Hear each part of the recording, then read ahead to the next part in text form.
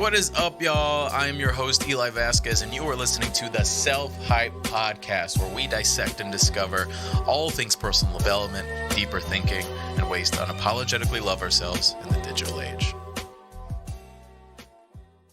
What's up, y'all? Before we get into the episode, I just want to share different ways we could be better connected in these digital streets. A space where we make the internet human, and a space that we push each other to be our best selves. So one way you could join the family is our free Facebook group. Are you looking for an accountability group? Are you looking for a support system? Are you looking for a daily dose of motivation, content, interviews, and workshops?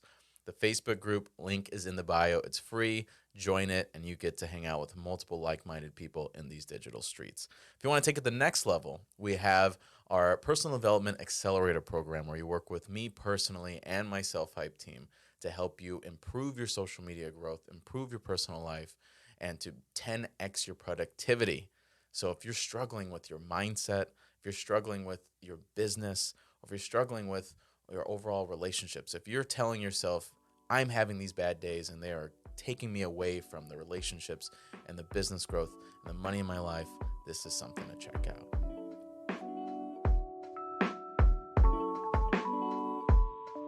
Hey Eli, my name is Martin Troncoso. I'm from San Antonio, Texas, and I was just calling because I want to know, how do I love myself? And how do I have that self-love and that self-hype? Can you give me some advice on that? This week's episode, we bring the Self-Hype family into the podcast by answering your questions. What's up, y'all? Thank you for being in the Self-Hype podcast space. Yet again, this is a very special episode where we bring in the Self-Hype family into the podcast by answering your questions. So any question, I get a lot of questions online. I get a lot of DMs. I get a lot of messages. And leading up to this episode, we sent out a number for y'all to call and just leave a message. Also, I posted on my social media if you guys have any questions. I just really want to find ways to integrate the community into all the spaces. And I want to hear your voice. I want to hear what's on your mind and us to kind of have a communication and a dialogue. And as we're creating this podcast, we're going to think of new and great innovative ways to bring you into the conversation. So this week, we'll be answering questions that were sent in. And it's interesting because I get a lot of questions about mindset, anxiety, how to stay positive, how to stay confident, how to carry this mindset from the day to day, because a lot of people see my social media and see this perception. But a lot of the times I like to show that vulnerability as well, that authenticity as well, of when I don't have a good day. And I'm actually pretty open when I don't have good days. And what self-hype is really all about is that it's okay to not be okay. It is okay to feel. It's okay to have the bad days. It's okay to not be your best. It's okay to flex those negative emotions, but just love yourself and trust yourself to get back to the point where you want to be, and that you deserve that to keep going. Okay, I guess we just get in it. We just do the damn thing, y'all. Let's see. Let me get up in here. I got my first question from Martin Troncoso from San Antonio, Texas. Thank you for calling in, my man. He was calling in saying, I want to know just about how to love myself and how do I have that self-love.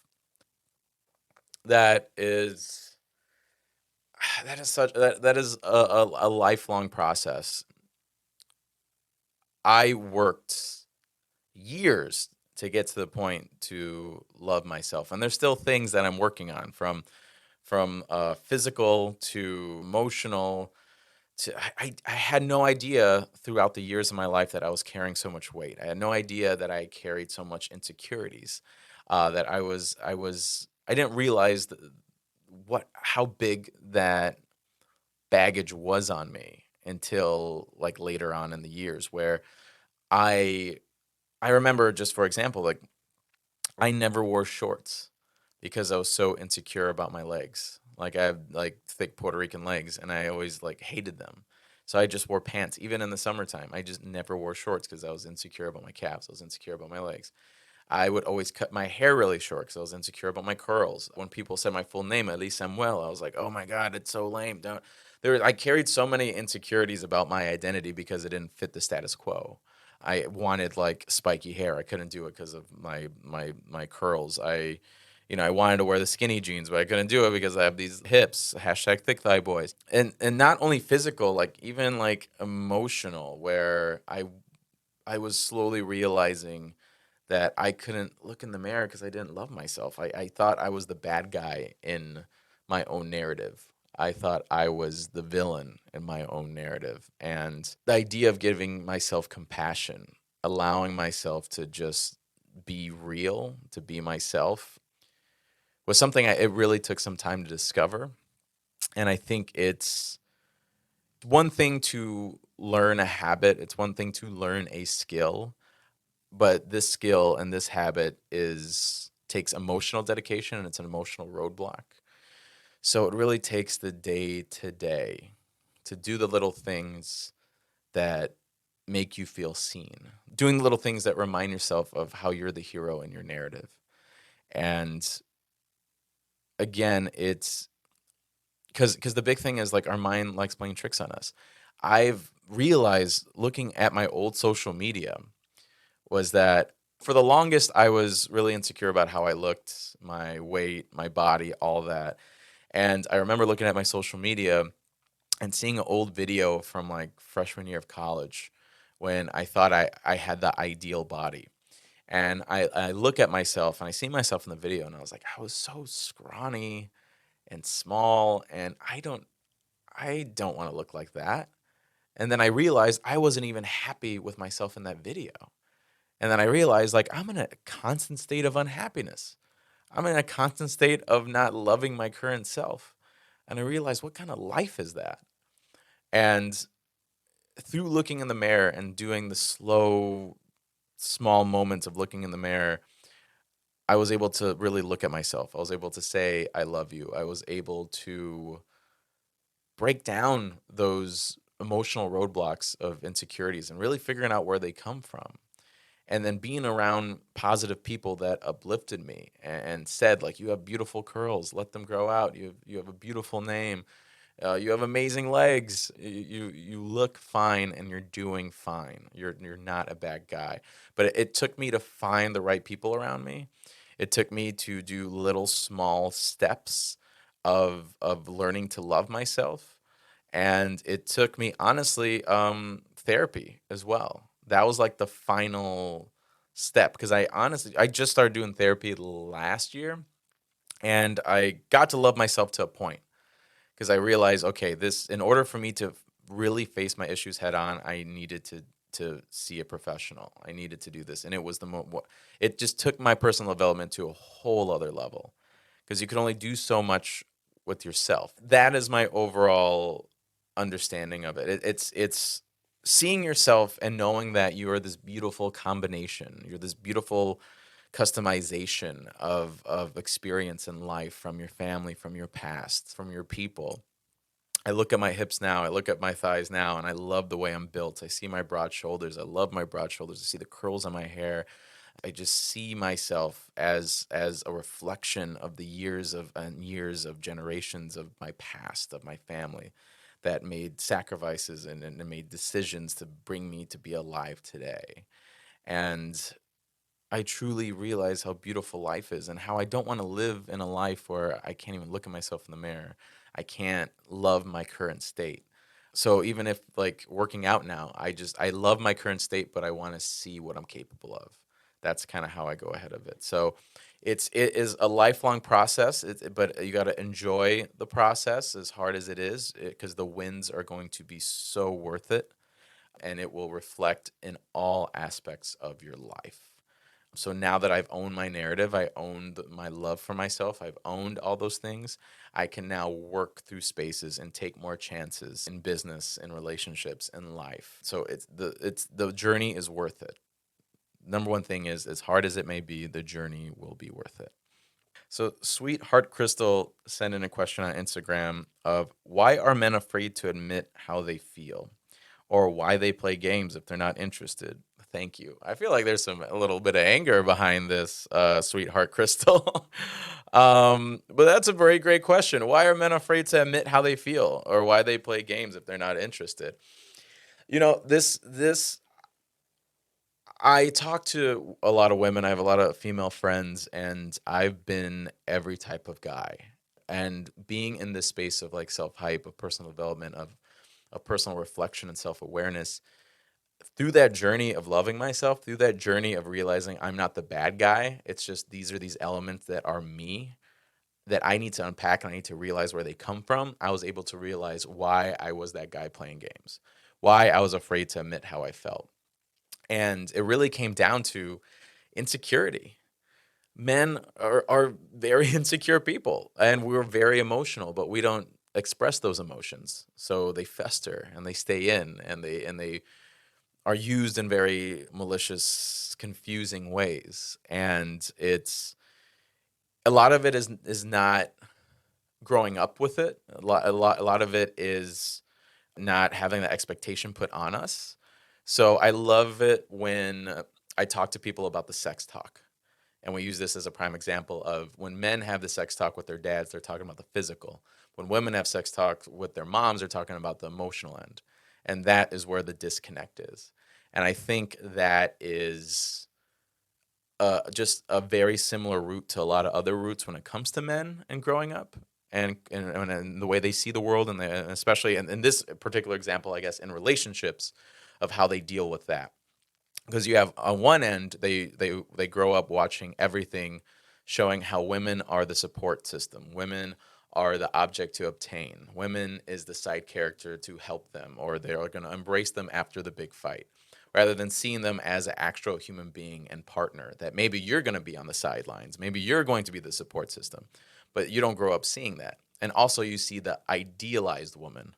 You see the woman that has it all together, the nice one, the good one, where the side character woman is the one that's in these streets or a little hoochie, and that's bad.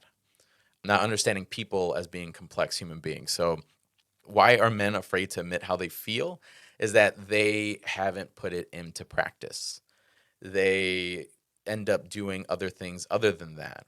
And it comes from the lack of experience of confrontation and not having the expectation of saying how they feel, of even using the word feel, of having those conversations. I just saw a line and I reposted it on Twitter, and it just speaks volumes of like how therapy is the new tall when it comes to men. And I think it's just so impactful, especially in this day and age where, we want to have those conversations. We stand a partner who is in tune with themselves. So it's to find the person who is in tune with themselves or on the journey to be more in tune with themselves. And they play games if they're not interested because they they want to obtain, they want control because out of ego. Again, it comes down to insecurity. It's out of ego. When I was dating in my younger 20s, it was all out of insecurity. Like every match, every date was just out of just I had this hole that I needed to fill, that I was having other people's validation, the validation of having another girlfriend, having another date, having another hookup as a sense of validation to me. But now doing the work with myself, I don't need that anymore. And I'm more intentional with the people that I want to be with and surround myself with. And every relationship in my life has been better and better because of it. So I think it's a lot of different issues that we need to unpack, which honestly could be a whole episode in itself. So I hopefully that shines some light. But if they're playing games, they're not telling you how they feel, it's out of lack of experience of taking action into feeling. Where can I hear your podcast? Right here and now. Smack me up. Miriam M. Lopez says, how do you know you finally love yourself? I feel like I do, but have moments that don't show it. I mean, I think that's per the last question I had is that it's a process. It's a lifelong journey. And it's great that you're at a point where you could say, I think I love myself. I do love myself, but there's moments that don't show it. I mean, it's life, right? So it's like we all deal with these like issues and problems, and we're hard on ourselves out of pressure that stems from family, that stems from like the trauma that we received in our lives. And it's the way, it's our customizable lens that of how we perceive the world. And where some people could look at you and think you're doing great, but you look in yourself and you look at your situation and you think you could be more, it could be better, it could be whatever else. So it's okay to have moments to not show it. I mean, it's really about creating a belief base, that at the very base is the belief that you do love yourself. And there can be moments where it doesn't reflect that. There can be moments where you stumble, or it's life, it's going to happen. But as long as you develop a strong, solid base of self-love, that's what really matters. It's a trust in yourself. It's a relationship with yourself. So the best relationships is the ones in family, because there's this bound based trust of, even if we fight, I know you love me and you know I love you. And that is the base that we need to develop with ourselves. There's that trust that's there. That's what makes a relationship so great, that if you get into a fight with your partner, you know at the end of the day, I know this person loves me, I love you. That's the base, and we could find a resolution at some point. But you know, you have to have that strong base of self-love. So the fact that you could have those moments and revert back to loving yourself, that shows how you have that base. And if you don't have that, that's something that you have to develop, per that last question I received first, of building that base up. From It's Just Doubles. What's the most exciting thing about being on Pedal Like? Oh, this is such a great question. I get that question a lot, so I'll just, I know a lot of you listen to me or found me on Pedal Like and follow me still, which I thank you. Yeah, I mean, the most awesome thing about being on Pedal Like is that I work on a team, and that I get to discover myself. I get paid, and it's promoted for me to discover my identity and who I am. And in turn, by doing that, I could help out my community. I could entertain my community, or make them feel seen based off the content that I'm creating. And it's so wild that just a couple years ago, this didn't exist. The idea of a Latino digital channel, like, why would anyone invest in that? And I just wanted overall to show that, like, before anyone can see it, that vision that you have is so important. It was these Latinos that took a chance and really pushed and pushed and pushed, and now it's like this thing that is really successful. So, just because it's not there doesn't mean you can't create it. But that's with that. I had Latinx on the rise. Oh, what is this question? How do you handle burnout? Burnout is real, y'all. Like, I I gotta be honest. We're gonna record an episode on self care today, and like literally this week, I was like, I am not doing that. I was getting really overwhelmed. So like, I have the podcast. I am making films. I work full time on the Better Like team, doing brand deals, digital content on my own.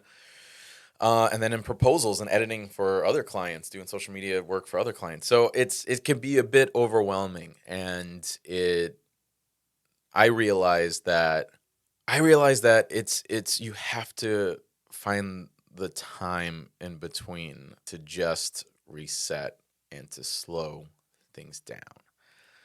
And if that's a walk, if that's a call with a great friend, if that's just deep breathing and meditation, because it could be overbearing and overwhelming, and you're just like, what am I doing? Is this worth it? What does anyone care? I literally like vented a little bit on Instagram story, and a woman messaged me just saying how much they enjoyed the podcast, and broke down the episodes and like what they enjoyed. And it's like, okay, there's something here, and people are relating to it, and it's real. But it's hard. It's something that I struggle with from time to time, and because I get overwhelmed. And the thing is, I want to appreciate this era and time that I'm in. So me and the Battle Like team, we did a meet and greet, and we took these group photos, and it was phenomenal meeting fans and meeting people that watch our videos. And we were all taking a photo together. And I'm like, this is such a beautiful era in life. Like, this is such a beautiful era in time. So we were all taking a photo together, and meeting the fans was fantastic. And it's just like, look at all of us. We're in this beautiful era of life. Like, no matter what now, we will be a part of someone's history of entertainment, of feeling seen, of value, and also an era of ourselves. We're going to look back as old people or in our careers that like we're doing this right now. And like, doesn't matter if you're on a digital media team. It doesn't matter if you're just, a nurse, or you work in finance, or you're just a stay-at-home mom. You look at your kids and you look at your life around you and you look at what you have and know how beautiful this era is and how amazing it is and how you will look back on these times fondly. And it's the unfortunate case that we can't realize the good times until it's over.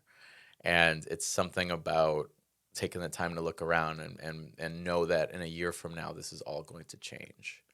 And it makes you appreciate it a little more. And it makes you enjoy it a little more. And really the worry about other people like caring, it's the process. It's you got to enjoy the process of it. You got to enjoy, because I know I'm going to be okay, and I'm going to look back in life and be like, man, that was such a dope time. Like the struggle right now sucks, but we'll look back on our lives of that struggle and reminisce on where our lives were at that current state in time. So, and it's that, and I think about why I'm doing it. I think about knowing what I'm grateful for. I think about planning a trip that to make me unwind, that I could look forward to something to unwind. So if the burnout's real, and also if you're burnt out, then you're burnt out. Everything is negotiable in life. Everything is negotiable. I pushed multiple calls. I pushed very important meetings. I pushed some very impactful things for the sake of me and my well-being, because that's what's important. Stress kills. That's a scientific fact. So I need to look out for my well-being. That is more impactful. More days on this world is more real than a phone call or that meeting or that email. And usually, majority of the time, you can push it. You can move it down the schedule. You can do that thing, and everything is going to be okay if you do. But really take care of yourself. That's where self-care comes in with the burnout, because that's the only way you're going to be able to reach your goals and reach your dreams, is giving yourself that compassion of self-care and slowing things down. And also, you get to do things. I get overwhelmed. I'm like, oh, I have to make this podcast and I have to make this movie and I have to do these things. It's like I get to do it, not I have to do it. And it's that line alone that makes me really appreciate what I have, because I get to create all these amazing things with my life. And I feel very blessed when I put it in that perspective. So thank you, Latinx on the Rise. I appreciate that. So I have a question from Rocky Kana. What has been your biggest hurdle in self-growth? And what advice do you have for others? So it's such an interesting question, because there's like just so many elements, so many moments, and so many times that I thought I figured it all out, and then there's actually this bigger mountain for me to climb. I thought I reached that mountain, then there's another bigger mountain that I need to climb. But it's like it's worth it, because it's so impactful, and I learn more about myself. What has been my biggest hurdle in self-growth was, I would have to say, letting myself trust and let people in, which is interesting because I'm pretty open on social media, and I share a lot about myself, but I'm very much know how much of a wall I pull up, and I'm hyper independent, and it helps me with it helps me with work a lot, but not so much with my relationships or friendships. So that was a very thick wall to get through. I did a video where I did therapy for the first time, and I was so gung-ho and ready for it. And Curly and Gadiel, my coworkers, were in it as well. They spilled the beans. They are open. They started crying. They were doing these things, and I was completely and utterly dancing around. Like, I'll open up a little bit, and then I'll revert back. And it was realizing that, like, how much of a thick wall I have of just trying to be independent and that survival mentality and afraid to be hurt, that I really realized was the hardest thing to get through. And I'm still working on it to this day. I realize it. I'm active in it. I'm aware of it. And I give myself compassion if I don't fully be what I should be while dealing with that wall. So I'm actively working through that wall. It is a process. You don't just go straight through sometimes. But that was the biggest thing, of like letting people in. And now in this relationship that I'm currently in now, it's something that I have to come head first on, if you're really going to connect with someone. So That has been the biggest thing. As long as you're on the journey of self-awareness, I think it's fine. You got to give yourself compassion. As long as you're on the journey of the hustle, as long as you're on the journey and you're taking action and being active, then it is, no matter if it's self-love, no matter if it is the hustle, no matter if it's building a business, if it's burning out, if it's all these things, as long as you're taking action and moving towards progression, then it's just a matter of time. That is in times where I'm overwhelmed and I'm like, is this worth it? Am I going to be okay? Am I going to reach that level of success that I want to be at? As long as I'm taking action, as long as I'm working on myself, as long as I'm doing these things, it's just a matter of time. And the beauty of just knowing my base, my self-love base, my the things that I'm grateful for, my amazing family, my amazing friends. It's just a matter of time, and it's a great life to live that I get to live in it and take action within that life. That makes it so impactful and beautiful. This is from Skezapita. Skezapita. That's, you guys think of the most funniest names. My first handle was Kid Avalanche, by the way. Kid Avalanche was Sam's laughing over here. That's how I know. That's how you know it's a good handle. Kid Avalanche was my MC name in college. I would get like all Liddy City and then start rapping, and I would just call myself Kid Avalanche, and because I thought it sounded cool. And the line was like, Kid Avalanche put the ladies in the trance while I do my Lance Vance dance at Vice City, feeling so litty. And then it just goes off the rails after that. Again, we talked about dating and men. We are a working process. I definitely am not Kid Avalanche anymore. So yes, when did you discover what your passion was? So I'm very lucky through this story, by the way, and it's because I think there's no timeline with people. I think society builds a world where we're supposed to know exactly what we want to do at 18, which is just insane to me because we're just locked in these circles that we grew up in with family and community that we don't even know what the world is. We don't even know what problems we want to fix. And it takes time, it takes experience. That's why I love other countries, how they take a year off and go travel to figure out where's their place in life, where there's so much pressure into knowing exactly what you want to do, as a kid. But luckily, I was able to discover that. I moved to a new high school, and this high school had a TV class, and I was very shy, very nervous, very quiet kid, and I was scared to do it, but I know I wanted to because I loved movies, I loved TV. I grew up just watching TV, watching movies, and it took my little sister getting sick and beating cancer to inspire me to finally take that class. And I remember doing it senior year, and our final project was to make a music video, which was like the coolest. It was like the coolest thing because it was something called the Friday Show, and every day there was like it was like kind of like a variety show with news around the school and different little segments. But at the end, it was a music video, and no one watched the music video. And I thought this is the most creative part of this Friday show. But the music videos just sucked, which is why no one watched it. It was just very lame, safe, like Backstreet Boy covers. So the music videos, you pretty much cover a song and create a music video around the already made song. So I was like, I then ended up taking it to the next level, and I did Check It Out by Beastie Boys. And me and my three friends, we dressed up like Ghostbusters. And the music video it's on YouTube, you can find it. There's a ghost in this girl's garage. She calls us, and we're running through town trying to get to her house to finally destroy the ghost. And we had 2 weeks to shoot the project, and my friend totally screwed me on the costumes. He didn't make it until like 2 days before we had to turn in the project, and I had nothing. So I had to shoot this music video in like a day. And so we're like running around. We like filled up my mom's vacuum hoses with fireworks and like shooting them off, fighting the ghost. And it ended up being like the best project of the year. But it was within that moment I was the most stressed out I've ever been. Like I was so angry. I was so pissed off. I was so stressed out. But within that stress, I realized this is what I want to do for the rest of my life. And it's something about being in utter agony of creating something and being so stressed out and still loving it so much that like, okay, if this is how I feel when it's bad, I think this is something that I think I could do for a while. So I went to film school after that, and I made more movies, and I'm still a filmmaker today.